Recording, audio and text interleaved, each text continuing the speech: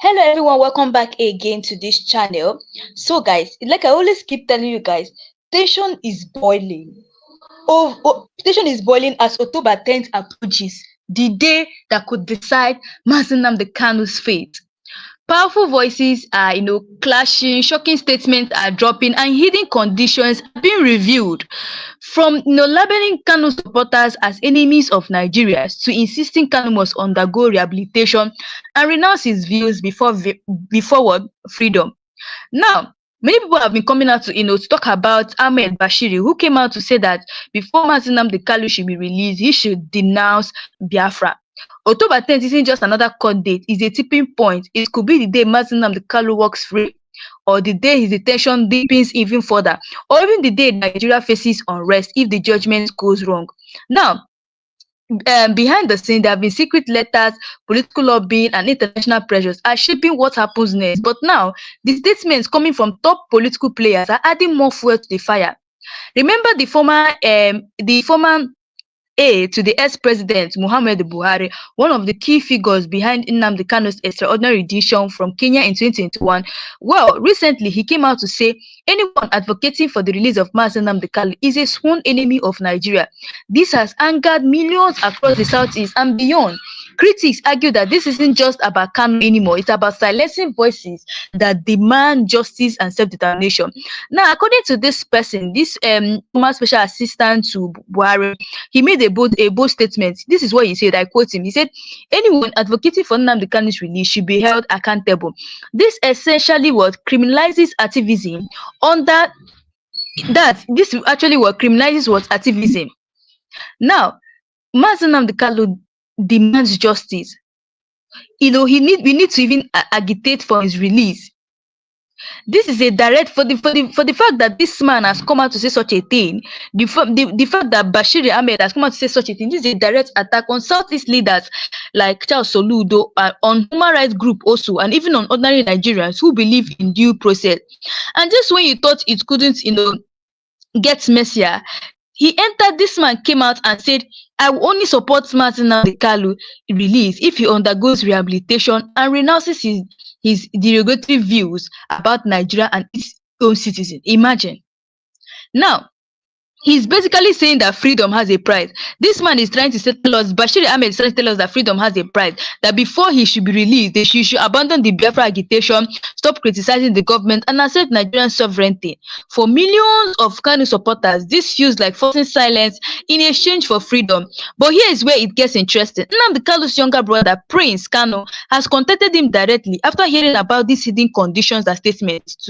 Together, they issued a firm response. They said, Mazi Nnamdi Kanu will never, and this is what the Mazi Nnamdi Kanu's brother said. He said, Mazi Nnamdi Kanu will never accept unconstitutional conditions for his freedom. His rights are non-negotiable. That means one thing: Kanu refuses to compromise, even if it means staying in detention. Now, these clashing statements reveal a deep political divide. Northern allies fear Kanu's release could reignite Biafra agitation. Tinubu's government is that free Kanu and risk losing northern support, or keep him detained and fuel unrest in the southeast. So right now, Bola Ahmed Tinubu, is being trapped. He doesn't know what to do. He doesn't know if he should release Kanu and risk losing the northern support. You guys know that he said he wants to campaign for the 2027 election. Or is it him keeping Kanu detained and fuel unrest in the southeast? So international observers like the UN and Amnesty International are demanding unconditional release, warning Nigeria could face sanctions if it ignores what global human rights ruling. This is not just a court battle anymore; it's a national crisis. Anyway, guys, before I show you guys what Ahmed Bashir really said, I'll be showing you guys, the proper context of what he really said. But before that, I want you guys, to listen to this video and watch what Mazi Nnamdi Kanu lawyer said about Mazi Nnamdi Kanu, and I'll be right back. So today I'm wearing two hats. I'm speaking on behalf of Nnamdi Kanu. I'm also speaking on my own behalf.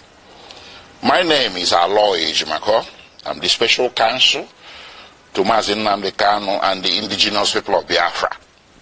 And I'm speaking to you from a location in Nigeria. The man, Mazi Nnamdi Kanu, is well known. He's everywhere. He's on Wikipedia. He's an internationally acclaimed freedom fighter. But there's just a few things I need to tell you about him. What brought him to limelight was the formation of the indigenous people of Biafra in the United Kingdom in 2012. Simultaneously, he also founded Radio Biafra. And these two organizations were aimed at one thing: liberation for the people of Biafra, or restoration of the former Republic of Biafra that went defunct in 1970. The right to self-determination is a right that is guaranteed internationally, domestically, and continentally. It's within the black letters of Nigerian law at Article 20 of the African Charter on Human and People's Rights. The right to self-determination is guaranteed. So the formation of IPOB did not break any law. Not laws of United Kingdom, not international law, not Nigerian law. But guess what? When Mazi Nnamdi Kanu, who was born in Nigeria, but who acquired British citizenship later on, came to Nigeria in October 2015, the government of President Muhammadu Buhari, which had come to power in May, decided to arrest him. He was not arrested between 2012 and 2015 because the government of the day at that time understood that self-determination is not a crime. But the government that came into power in 2015 in May decided that self-determination is going to be treated as a criminal activity. So he was arrested in Lagos. He was charged for treason, also for insulting the president and illegal importation of ready equipment. 3 charges. The treason one, they split it into 2, treason by himself and treason by conspiracy.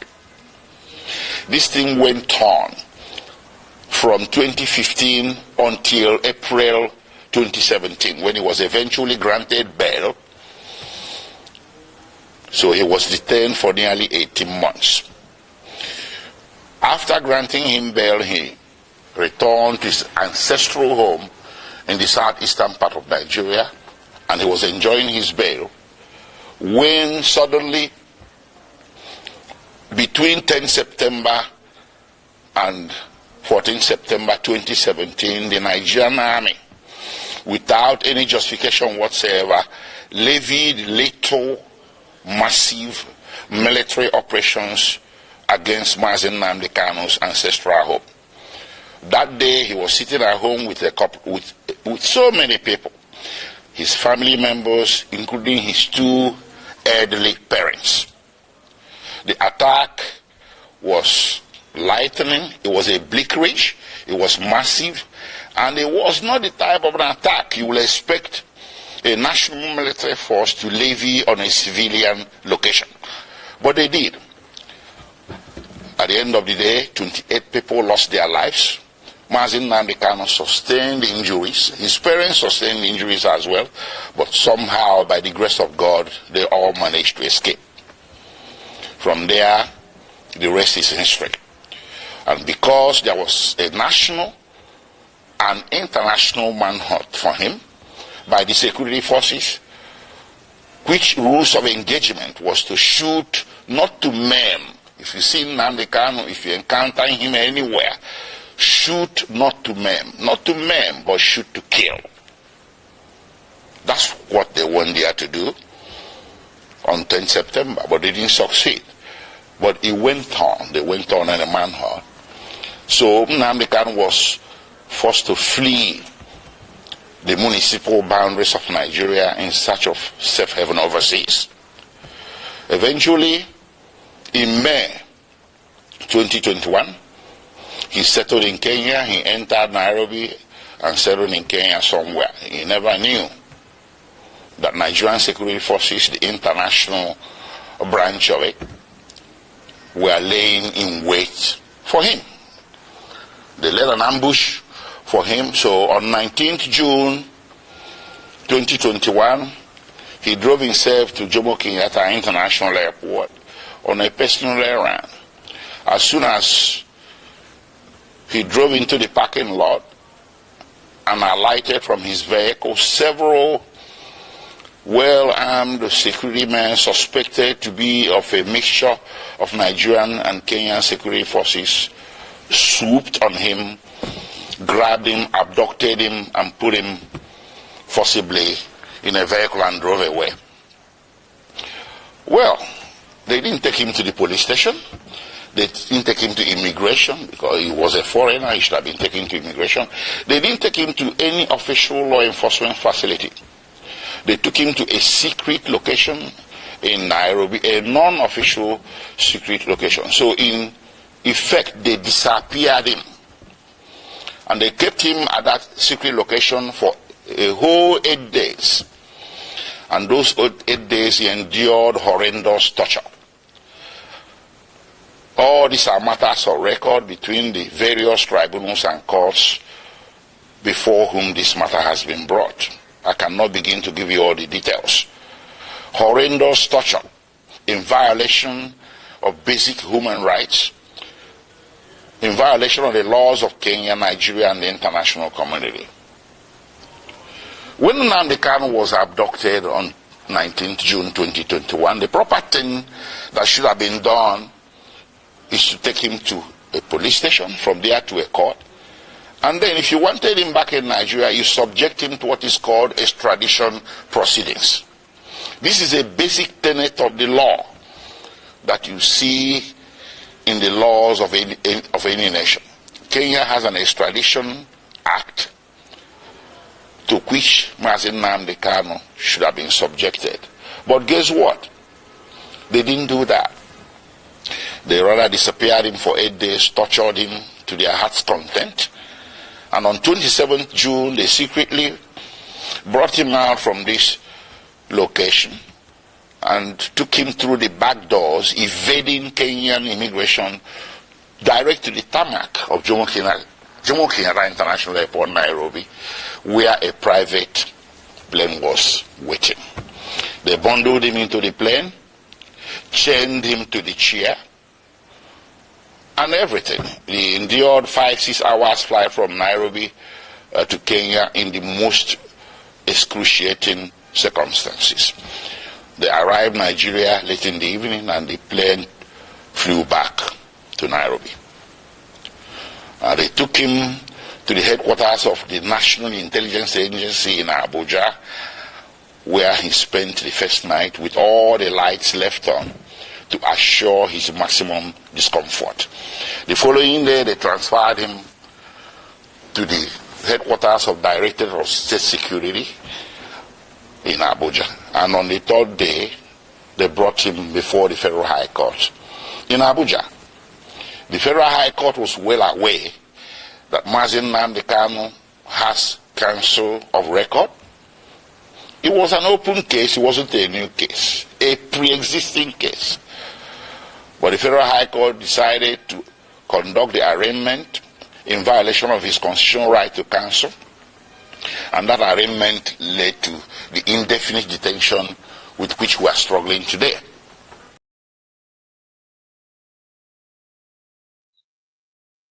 So guys, you guys have listened to what the lawyer said. So let's actually, let me show you guys what Bashir, said about Bola Ahmed Tinubu. Is going to shock you guys. Let's take a look at the proper context.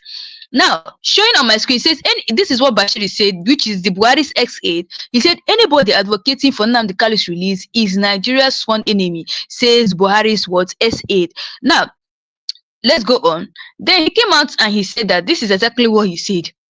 He said, Ahmed noted that he would only support Kanu's release if the separatist leader undergoes rehabilitation and renounces his degrading views about Nigeria and its citizens. Bashir Ahmed, the former special assistant on digital communication to ex-President Muhammadu Buhari, stated that anyone advocating for the release of Nnamdi Kanu, the leader of the proscribed indigenous people of Biafra, should be regarded as enemy of the nation. Now, he didn't stop there. He went on further to tell us that he went on further to say that he said since his rearrest in June 2021 on charges related to terrorism, his continued detention has become a public debate, with some groups calling for his unconditional release to foster peace in the southeastern region. Now, Ahmad said anybody advocating for the release of Nnamdi Kanu, a terrorist and the leader of the proscribed terrorist organization IPOB, should be considered a sworn enemy of this country. This is that the Northerners are so They're the people holding Bola Ahmed Tinubu not to release Mazi Nnamdi Kanu. I told you guys. Now he went on further saying, he didn't stop there. He said, trust me, I can also be an advocate for his release when he's truly rehabilitated so that he stops seeing Nigeria as a zoo and we, the citizens, as animals that deserve to be brutally killed. He added, this is what the Buhari's ex-aide, Ahmed Bashir Ahmed said about Bola Ahmed Tinubu. And you got a lot of people, talking, based on this is comment. People are saying now they understand why the Northerners, have refused to allow Bola Ahmed Tinubu to release Mazi Nnamdi Kanu. They are the ones behind all the things happening.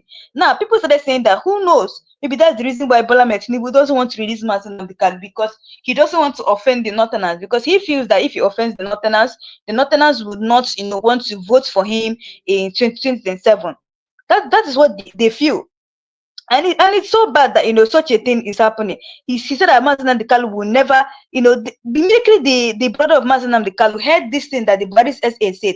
He came out and said that Mazi Nnamdi Kanu, my brother, will never accept unconstitutional conditions for his freedom. His rights are non-negotiable. This means one thing: Kanu refuses to compromise, even if it means staying in detention. So this clashing statement, it has revealed a deep political divide. Northern allies fear Kanu's release could reignite Biafra agitation. Tinubu's government is trapped, free Kanu and risk losing Northern support, keeping detained and fuel unrest in the southeast. Now, international observers like the United Nations and Amnesty International are demanding unconditional release, warning Nigeria could face sanctions if it ignores global human rights ruling. This isn't just a court battle anymore, it is what? A national crisis. That is what it means. It means like it's a national crisis. Like, this is terrible, honestly, guys. This is really terrible. Imagine the Northerners pressuring Bola Ahmed Tinubu not to release Mazi Nnamdi Kanu. You can imagine. These people know that Mazi Nnamdi Kanu is saying the truth. That they're using, they're trying every possible means in order to make sure that he's not released, because they know that once this man gets released, he's going to spill a whole lot about them, and also he's going to change 1999 constitution that is only meant to be favoring the Northerners. They know. That is why you see they don't want Bola Ahmed Tinubu to release Mazi Nnamdi Kanu. This is tell you what is really going on in Nigeria. You can imagine what he's saying about Mazi Nnamdi Kanu. You can imagine. So guys, let's really go on, because I'm going to be telling you guys detail of the reason why this particular person, Bashir Ahmed, is saying this. I'm going to be telling you guys more of it. So let's go on. As we count down to October 10th, the day that could decide Mazi Nnamdi Kanu's fate, the battlefield is getting hotter than ever. From secret backdoor negotiations to explosive public statements, here is what we must know. And the Buhari's SA came out to tell us that anyone supporting Kanu's release is an enemy of Nigeria. That is what he said. Now, another person came out and said that any activist who's agitating for Mazi Nnamdi Kanu must be punished. That they went on further saying that they insist that Kanu must renounce his belief and undergo rehabilitation before freedom. Another person, finally, the brother of Mazi Nnamdi Kanu, came out and said that, responded with the FS. He said he's going to refuse everything they have said. He has refused all the conditions that they gave to his brother. Now, October 10th isn't just another day. It's the most decisive moment in Nnamdi Kanu's legal journey since his extraordinary rendition in 2021. Why is it so important? Why is it important? Because the Federal High Court in Abuja, presided over by Justice J. Omotosho, is expected to decide whether Kanu gets bail, continues detention, or face new charges. Pro-Biafran groups are mobilizing globally, ready to protest if the ruling goes against him. International observers from the United Nations, UK, and US are watching closely. This isn't just a court case anymore. It's a showdown between justice, politics, and power. Now, just imagine what the ex-president, the Buhari's ex-aide is saying about Mazi Nnamdi Kanu. Is this not a total shame? Saying that anyone advocating for the release of Mazi Nnamdi Kanu is a sworn enemy of Nigeria. This single statement has angered millions in the Southeast and diaspora communities. Triggered protests online with hashtags like Free Mazi Nnamdi Kanu, has been trending everywhere. There have been sparked debates about freedom of speech and self-determination. Critics are saying that this particular word fuels ethnic tension, portraying Igbo voices as enemies rather than citizens demanding justice. Like you guys can imagine. Anyway, guys, I want you guys, to watch this video and listen to what the lawyer of Mazi Nnamdi Kanu have to say concerning this issue. And I'm going to be right back, and I'll be taking your questions one after the other. And we'll right back to tell you guys the reason why the Northerners don't want Mazi Nnamdi Kanu to be released. So, guys, watch this video, and I'll be right back. Anyways, taking you back a few steps, the little military invasion of 2017 was not unrequited, judicially speaking. I took the matter before two tribunals, or a tribunal and a court. First, I took it to the African Commission on Human and People's Rights, which rendered a decision in March 2018 condemning the action and calling it a violation of the African Charter. And they wrote to the President of Nigeria, they wrote a letter to the President of Nigeria requesting him or directing him. They used diplomatic language, but the decision was there that what you did is wrong, so you need to roll it back. You need to reverse everything you have done, which includes declaration of IPOB as a terrorist organization and hounding their members as criminals. The African Commission held that what Nigerian government was doing was persecution, not prosecution.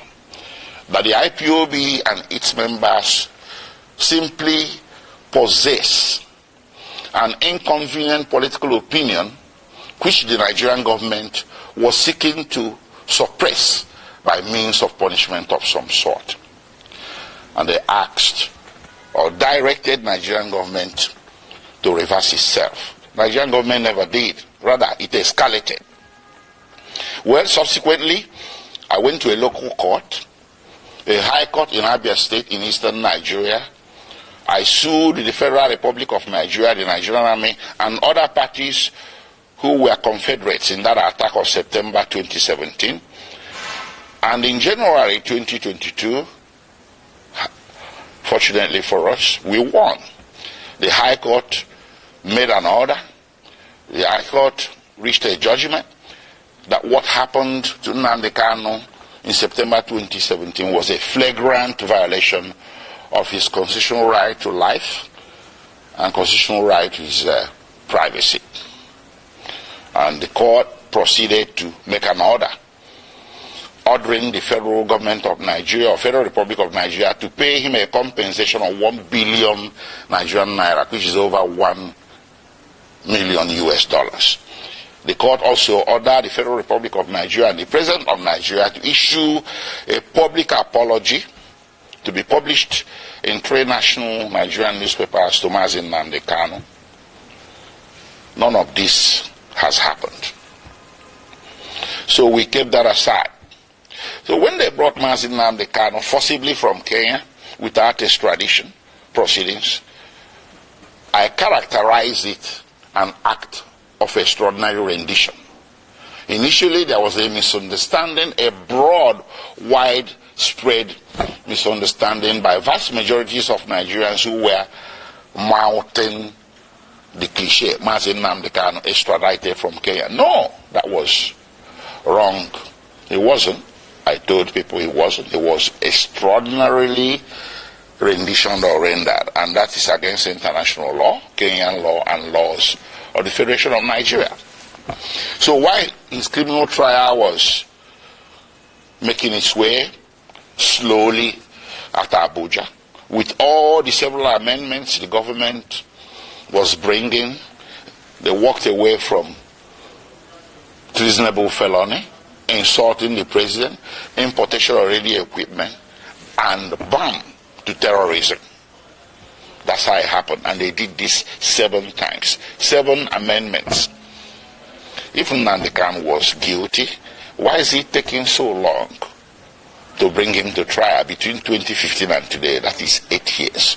So what he's undergoing is not really a judicial trial. It's a trial by ordeal. Trial by fire. Imprisonment before conviction. They just want to get as many years of jail time out of him as possible, because they know that with the evidence available, conviction will be impossible. And that was made worse by the extraordinary rendition. which I took also as a civil violation to a federal high court in Nigeria. And in October 2022, the federal high court came down with a judgment that extraordinary rendition was a violation of his constitutional rights, his fundamental rights, and they awarded him 500 million Nigerian naira. That's about $800,000. So all around, everywhere that this matter has gone to, including in July 2022, before the Human Rights Council at the United Nations, the Human Rights Council, United Nations, came down with an opinion that what happened to Mazi Nnamdi Kanu in Kenya and that brought him to Nigeria is a very grave violation of international law. And they directed that he should be released unconditionally. And of course, the Court of Appeal in Nigeria did come down with a similar judgment in same October 2022, discharging Mazi Nnamdi Kanu of all charges and bearing any further trial of his person in any court in Nigeria as a consequence, as a direct consequence of the extraordinary rendition. So what more can you ask for a man to deserve his freedom? How many have I counted? United Nations, which in this case should be considered a world court. Then you have the Nigerian Court of Appeal, which is the second highest court in the Federal Republic of Nigeria. Then you have the Federal High Court, which is the court of first instance at the federal level. And of course, you have the State High Court that awarded him 1 billion Nigerian naira. So between 2015 and today, 8 years and running, Mazi Nnamdi Kanu has snagged 4 major victories against the Federal Republic of Nigeria, with Federal Republic of Nigeria winning nothing.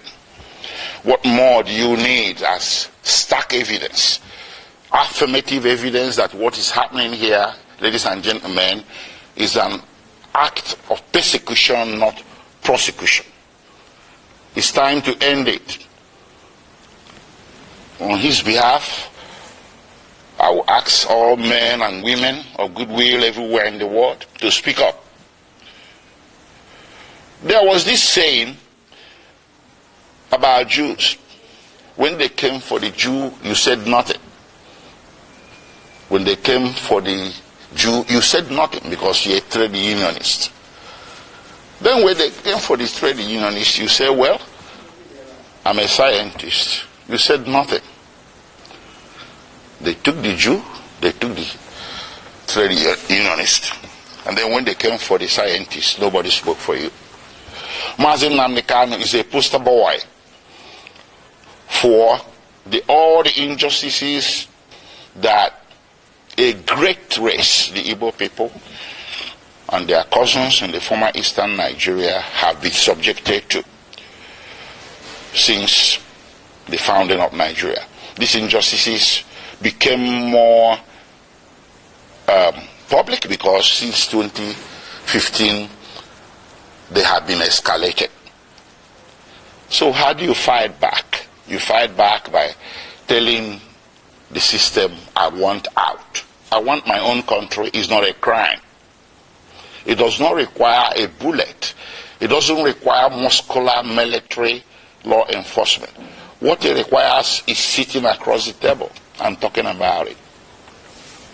A lot of nations have been founded on referendum. That's what Mazi Nnamdi Kanu and the indigenous people of Biafra were asking for. That led to all this conundrum, to all this saga. So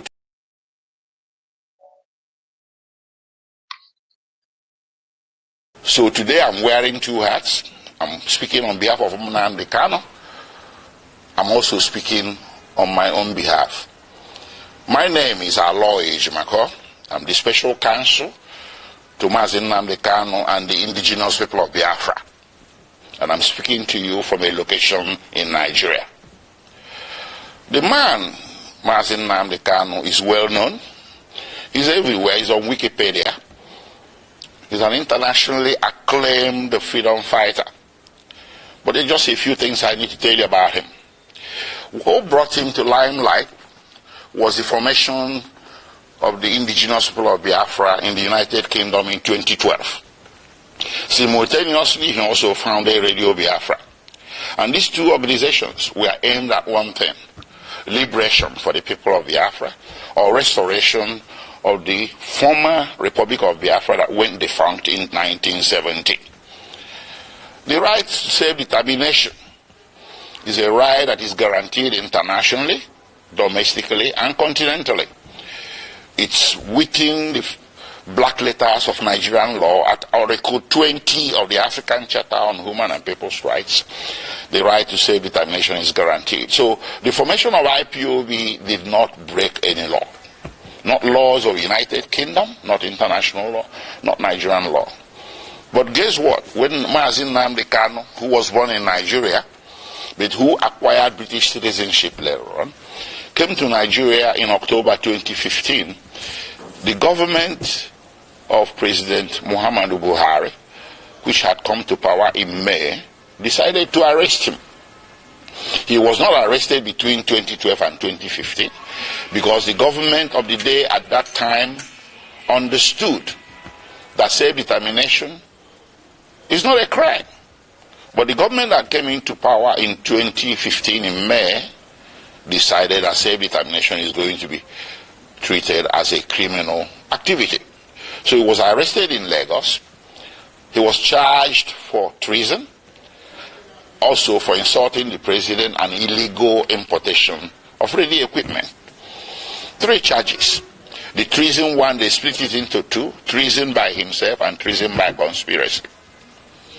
This thing went on from 2015 until April 2017, when he was eventually granted bail.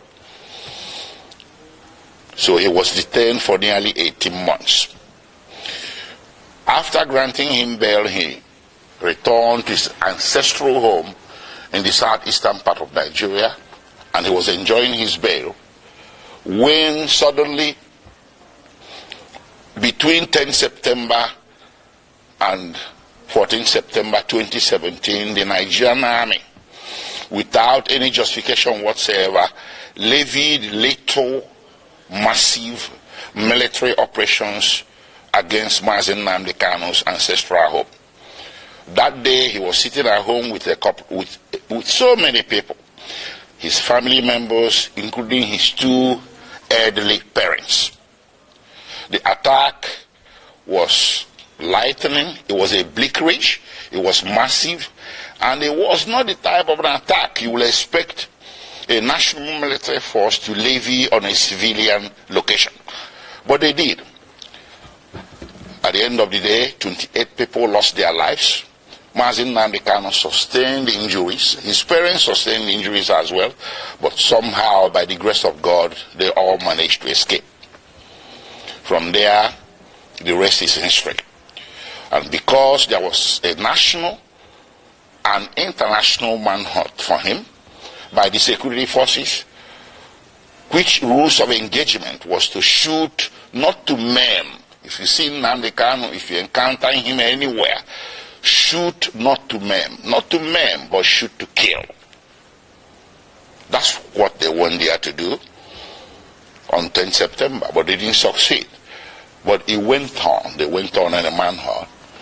So Nnamdi Kanu was forced to flee the municipal boundaries of Nigeria in search of safe haven overseas. Eventually, in May 2021, he settled in Kenya. He entered Nairobi and settled in Kenya somewhere. He never knew that Nigerian security forces, the international branch of it, were laying in wait for him. They led an ambush for him. So on 19th June 2021, he drove himself to Jomo Kenyatta International Airport on a personal errand. As soon as he drove into the parking lot and alighted from his vehicle. Several well-armed security men suspected to be of a mixture of Nigerian and Kenyan security forces swooped on him, grabbed him, abducted him, and put him forcibly in a vehicle and drove away. Well, they didn't take him to the police station. They didn't take him to immigration because he was a foreigner. He should have been taken to immigration. They didn't take him to any official law enforcement facility. They took him to a secret location in Nairobi, a non-official secret location. So in effect, they disappeared him. And they kept him at that secret location for a whole 8 days. And those 8 days he endured horrendous torture. All these are matters of record between the various tribunals and courts before whom this matter has been brought. I cannot begin to give you all the details. Horrendous torture in violation of basic human rights, in violation of the laws of Kenya, Nigeria, and the international community. When Nnamdi Kanu was abducted on 19th June 2021, the proper thing that should have been done is to take him to a police station, from there to a court. And then if you wanted him back in Nigeria, you subject him to what is called extradition proceedings. This is a basic tenet of the law that you see in the laws of any nation. Kenya has an extradition act to which Mazi Nnamdi Kanu should have been subjected. But guess what? They didn't do that. They rather disappeared him for 8 days, tortured him to their heart's content. And on 27th June, they secretly brought him out from this location and took him through the back doors, evading Kenyan immigration, direct to the tarmac of Jomo Kenyatta International Airport, Nairobi, where a private plane was waiting. They bundled him into the plane, chained him to the chair, and everything. He endured 5-6 hours flight from Nairobi to Kenya in the most excruciating circumstances. They arrived in Nigeria late in the evening and the plane flew back to Nairobi. They took him to the headquarters of the National Intelligence Agency in Abuja, where he spent the first night with all the lights left on to assure his maximum discomfort. The following day, they transferred him to the headquarters of Directorate of State Security in Abuja. And on the third day, they brought him before the Federal High Court in Abuja. The Federal High Court was well aware that Mazi Nnamdi Kanu has counsel of record.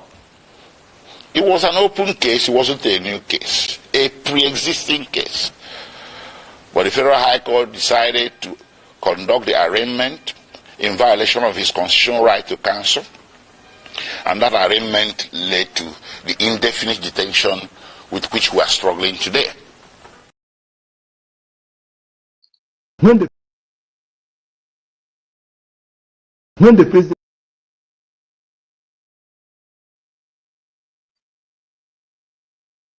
the president calmed down, the reason Nnamdi Kanu have a discussion with him. You have been having a discussion with bandits and the so-called repentant Boko Haram. Tell me the offense of Nnamdi Kanu, because he's agitating for self-determination, which is his own constitutional fundamental rights granted to him by the Constitution and the law. Well, the government's angle is not because of the agitation, because they know that everyone has a right to agitate. But they said the way he was going about it, like and then people were being incited. Well, that's even not what I'm what of the wife of the president incited people during the election? The wife of the president, he incited people that Igbo should go. What of the one of Lagos said that Igbo should go and fall into lagoon? What of those that came out and said that Igbos will not vote? If you are not voting for APC, you will not vote. What happened to them? Has anybody been arrested? That Nnamdi Kanu said something, then you now term that thing he said as is a terrorist, is a crime of terrorism. You charge him for terrorism. His own lawful organization that is registered in almost all the whole countries in America and Europe and Asia, and you now came to Nigeria, you term it a terrorist organization. Now you are now saying that now that IPOB is being recognized in almost all the whole countries in America and Europe, so you are now saying that America, France, Germany, they are recognizing a terrorist organization because you don't want anybody to agitate. You want to suppress anybody. If you talk, you kill him, suppress him, jail him. In a country that is predicated on constitutional governance, it cannot work like that. Okay, let's get back to the ministerial nomination of Bianca Ojukwu, you know, because you said he took away one from Anambra and brought in another. But remember that the president took away the minister based on the KPI results that came out, which he was not even the one, did the evaluation. It was the result given to him with which he did that, meaning that if actually the minister had performed, above board in the KPI, he wouldn't have had any reason to remove her rather. Now, still on that ministerial list, we have 48 of them, am I right? And we have 36 states in this country, including FCT 37. So, apart from Southeast, that have only 5, every other region have more than 6, apart from Southeast. Now, check since 1999, we have been having series of presidents. Let's use what is going on now. The president is from where? Vice is from where? Speaker is from where? Senate President is from where? CJN is from where? Court of Appeal President is from where? National Industrial Court President is from where? Chief Judge of Federal High Court is from where? And they are saying that the people of Southeast belongs to this country. Are you sure Max, are you sure you're not? I mean, it's just like what I said too. I mean, isn't it time we started to be less sentimental about this diversity? We have to apply it now. We are saying that the only people that are qualified to hold on this position, nobody from South is qualified. On what basis? Are you saying that the chief of naval staff is from the Southeast? Huh? The chief of naval staff? From where? I'm talking about the key position. Number 1 person, number 2 person, number 3 person, number 4 person, number 5 person. The key position, we have 3 arms of government: the executive, the judiciary, and the parliament. You can never see anybody from Southeast there. Now, the point we are talking about is that I'm not even talking about, I'm in court about lopsided appointments. Okay. I can avail that my process because I did an intensive research in that process. File it, asking court to view whether this particular appointment, whether this particular governance is in line with Federal Character Establishment Act, an act of National Assembly that said that you should carry everybody along. Section 14 of the Constitution also said that you should carry everybody along. And we are not doing all these things. You are telling me that, yes, now that you have removed Kennedy Hanele and you are now brought in Bianca Ojukwu, that the people of Southeast will jubilate. Are you talking to idiots? Look at the people that you are talking about. Check, let me start with the sports. In football, the people that have made Nigeria proud are the people of Southeast. In commerce, in aviation industry, name it. In academics, they are from people of Southeast. But when it comes to power, they are not qualified. And we want them to be happy. Listen, let me tell you, like today that is Monday, go to Southeast. And my annoyance is that these things are avoidable for Christ's sake. The one at Niger, the reason and the Kanu, let us start addressing this issue. This early morning, somebody sent me a clip, something they posted, that they said from, I think they said next week, the next 2 weeks, that there will be nothing like federal courts in the whole of Southeast. What do I mean by federal courts? Federal courts, National Industrial Court is a federal court. Federal High Court is a federal court. Court of Appeal is a federal court. Now, the judges that are there, most of them are not Igbos. Majority of them are not Igbos. How should you risk somebody to go and preside in the Court of Appeal over the judicial division, Oka Judicial Division, Enugu Judicial Division? How can you appoint somebody to go and preside in Federal High Court in the Southeast, National Industrial Court in the Southeast? And you are not even thinking about all this, and the judges are not even thinking about So the point we are talking about is that when there is a problem, look for a solution. Personally, somebody like us, we are not even, I'm defending Nnamdi Kanu, one of his lawyers.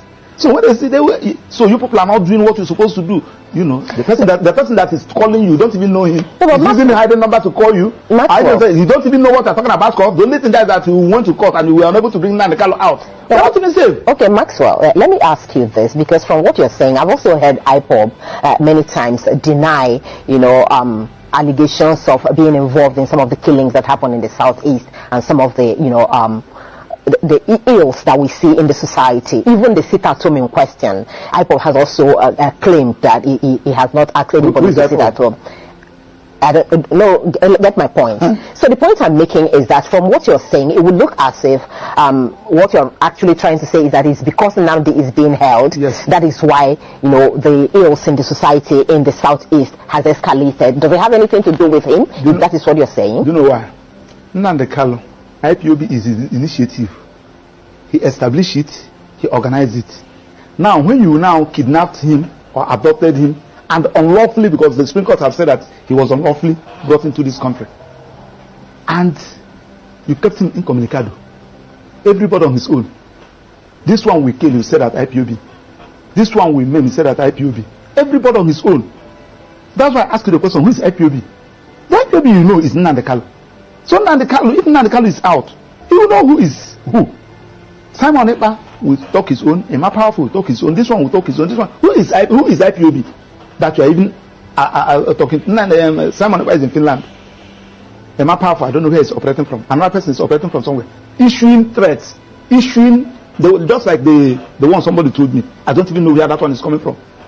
So the easiest way to do is the one that you know. Nnamdi Kanu.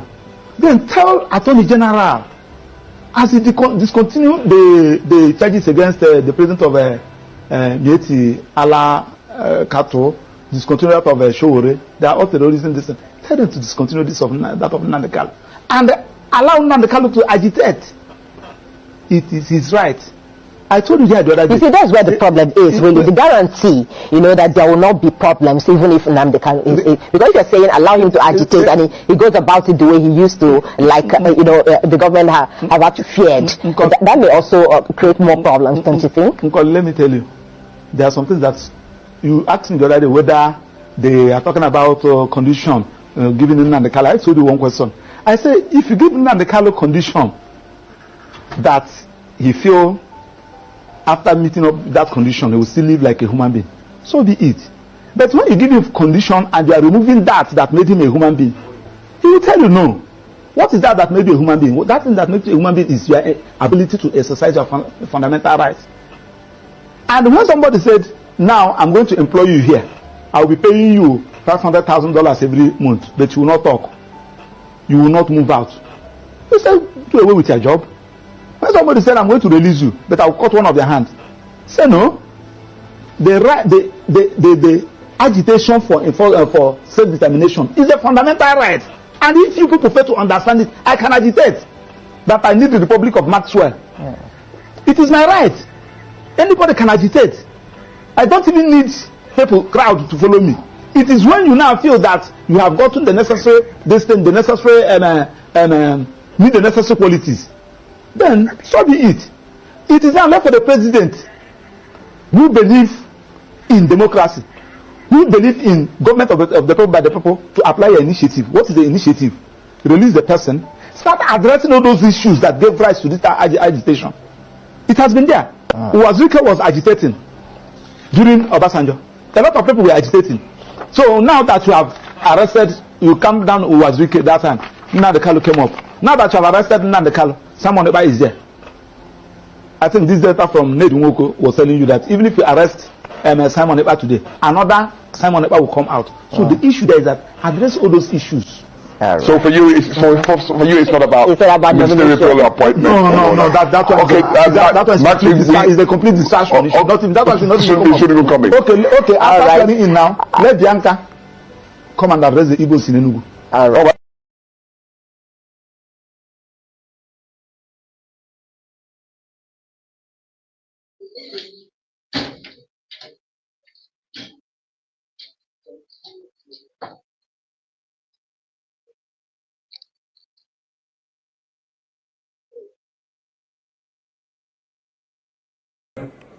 Sir, I really want to appreciate you for what you are doing in Enugu State. Unlike the disaster we are seeing in Imo State, you are doing very, very well. Coming to Enugu State, we don't need this thing for us to see what we are doing. In terms of infrastructural development, I speak in Enugu State. I know how Enugu State used to be. We are doing very, very well. And sir, yesterday, you told us we are during the opening section that the judiciary are stealing their money as at Monday. I personally carried out investigation, and one of the judicial officers told me that they are not receiving their money as you claim. And I noticed it that one of their magistrates, who happens to be my friend, used Keke to court. They said that they don't have the car. And I was asking, how do they have their money and they don't even have the car? Secondly, sir, they are received at all the Enugu State. And from Owerri now, nobody is here. And the essence of that is injustice being suffered by the people of Southeast. So you are doing well. You are doing well on the, I can give it to you. Please, I want you to intensify effort. Let the man come be released so that you have peace. Thank you and God bless you. My name is Leighton Izide from the Port Harcourt Bar. You have taken time beyond your lifting up. Looks like I've taken time to read out through what you're doing in several sectors. Or as a friend, charity begins at home. I'm a bit concerned about the issue. I want to know, there are some governments that build houses for judges, buy cars for judges.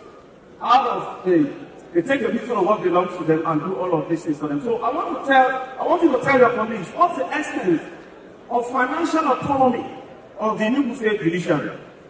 Thank you. I'm a senior advocate of Nigeria.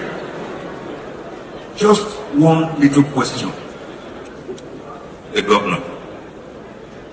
I come to Enugu very often. So I'm not a stranger at all to Enugu.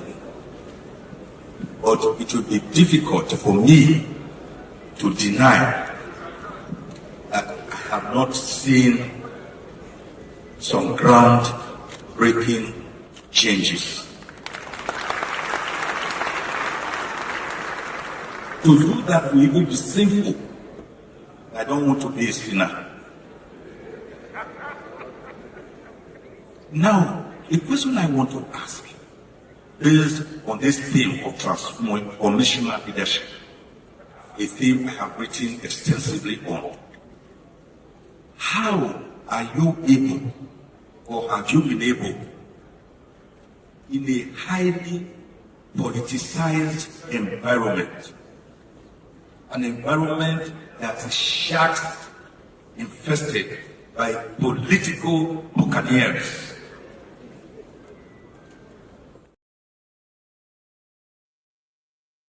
So guys, I actually played the video for you guys so you guys will listen to what Master Lekpara said. No, this man, many people have been saying that Master Lekpara is what a soldier. Imagine after the NBA meeting, this man still went to France to agitate for the release of Mazi Nnamdi Kanu.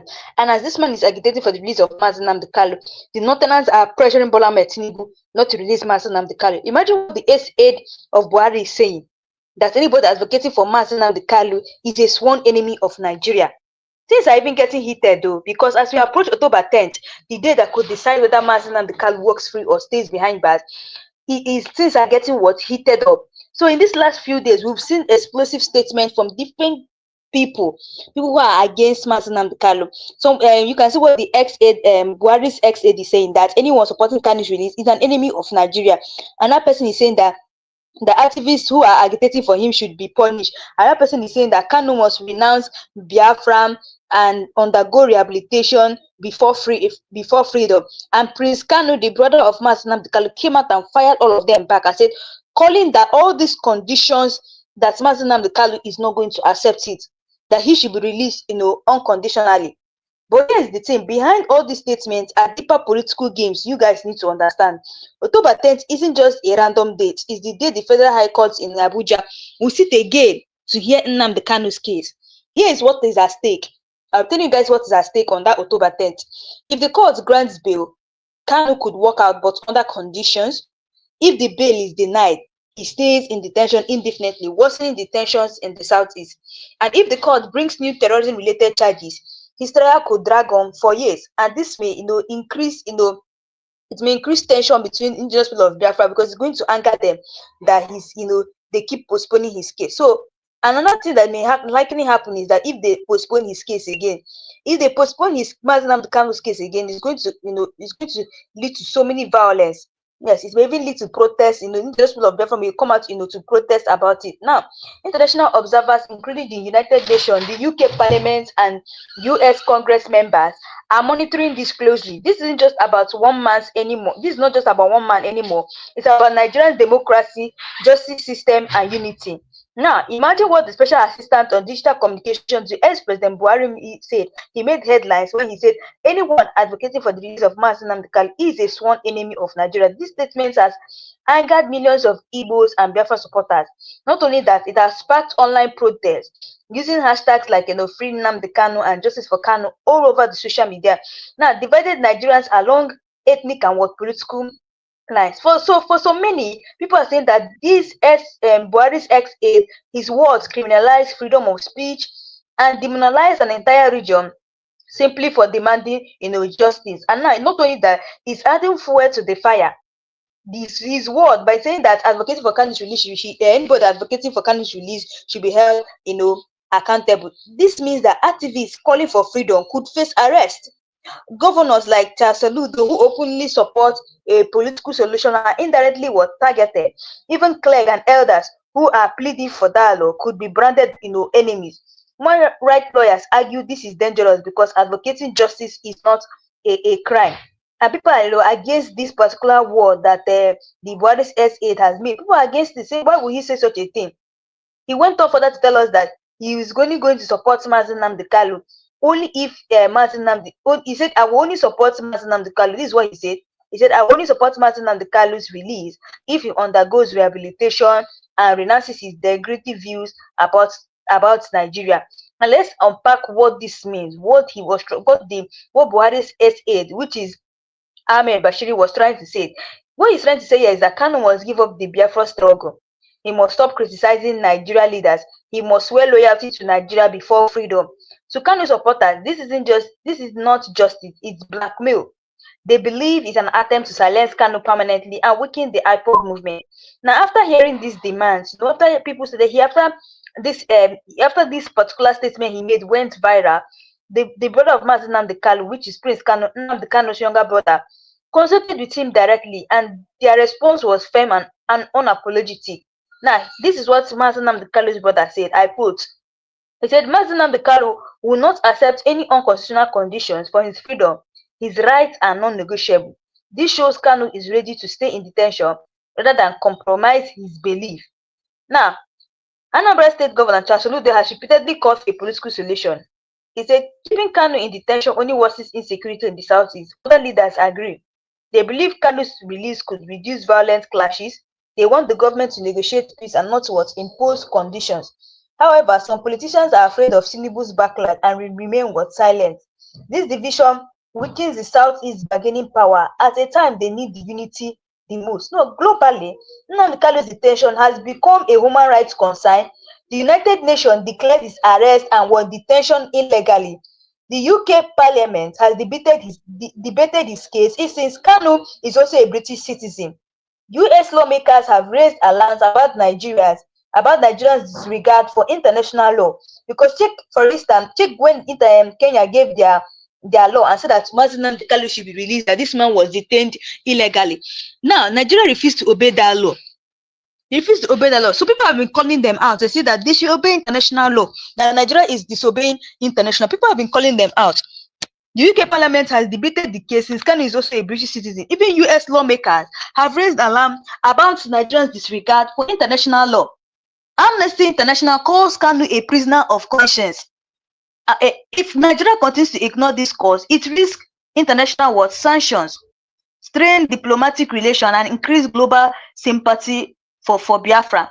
Now, President Bola Ahmed Tinubu is trapped between these three fires. Number one is he's trapped between these. If he feels that if he frees Kanu, he's going to risk angering northern political elites who oppose Biafra. Another thing is keeping Kanu detained escalates unrest in the southeast and fuels insecurity. And now, ignore international pressure damages Nigerian global image and could hurt foreign investment. No matter what Tinubu decides after October 10th, he risks losing political capital. What's happening here isn't just about one man.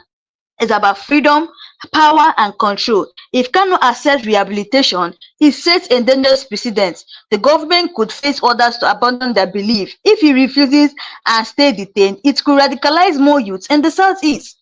If he's released unconditionally, it might open the door for dialogue and peace. Right now, Nigeria stands at a crossroad.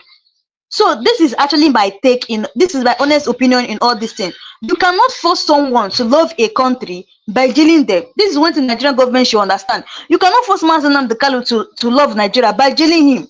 You cannot silence a movement by silencing its leader. If the United Nations says his detention is illegal, then justice demands his unconditional release. Reconciliation cannot happen through punishment, only through dialogue, fairness, and respect. So this is what I need to ask you guys. Should Nnamdi Kanu accept rehabilitation and work freely, or should he stand firm even if it means staying behind bars? I would love you guys to drop your comment below and tell me what you guys really think about this. And also, guys, just like I always tell you guys, if you know you're coming across my channel for the first time, please do click the subscribe button, like and share, and turn on all notifications to be getting all the latest news in this channel, especially when we drop new videos concerning Mazi Nnamdi Kanu or any related issue going on in Nigeria. Just like I always say, it will not cost you anything much. Please click the subscribe button if you're just coming across it for the first time. And also, guys, I'll be telling you guys that Mazi Nnamdi Kanu will be coming to court on October 10, 2025, and I'll give you guys latest updates and everything that is going to be happening in court that day. So, guys, thanks for watching. I'll see you guys again in my next live section.